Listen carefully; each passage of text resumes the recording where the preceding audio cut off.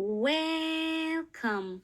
Today we are going to describe the historical background of Prophet Jeremiah.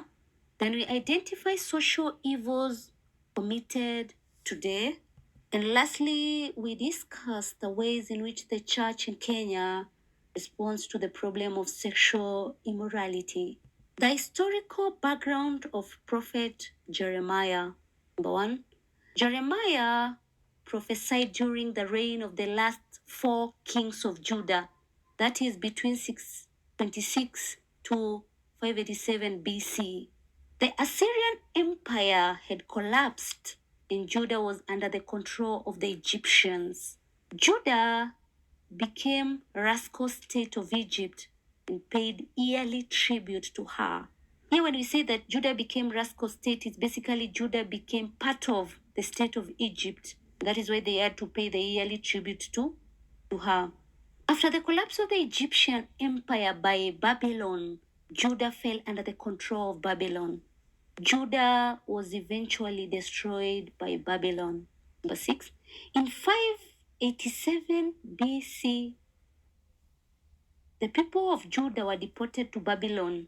There was oppression of the orphans, widows. Here you can just say there was oppression of the innocent by those in power. The rich acquired wealth through dishonest means, for example, grabbing the land and by bribery. People broke the societal demands of the covenant by committing adultery, theft, and murder. Priests and false prophets told lies. The leaders and rulers had failed to lead the people in the covenant way of life. The people of Judah were worshipping idols. For example, they were worshipping idols like Baal, Asherah, Molech, Chemosh, sun, and the moon. There was syncretism where Yahweh was worshipped alongside pagan gods.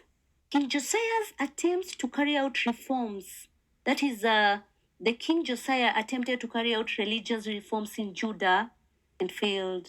So that is why we are saying King Josiah's attempts to carry out religious reforms in Judah had failed. Jeremiah had supported King Josiah's religious reforms.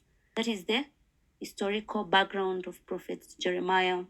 Social evils committed in Kenya today: bribery and corruption, sexual immorality, robbery with violence, land grabbing, drunkenness, tribalism and nepotism, cheating in business, false witness in law courts, murder of the innocent, and lastly, abortion.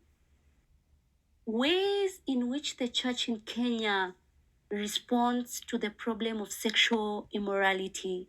Number one, condemning the practices through preaching, teaching the youth on the sanity of sex or the sanctity of sex, organizing conversations on marriage, offering guidance and counseling services, providing family life education programs through the print and electronic media, making pastoral visits to Christian homes, teaching on forgiveness, creating job opportunities, and lastly, providing recreational facilities to avoid idleness.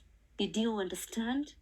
Kindly let me know in the comment section below and what you want I look at tomorrow. Thanks a lot for subscribing and listening to me. God bless you.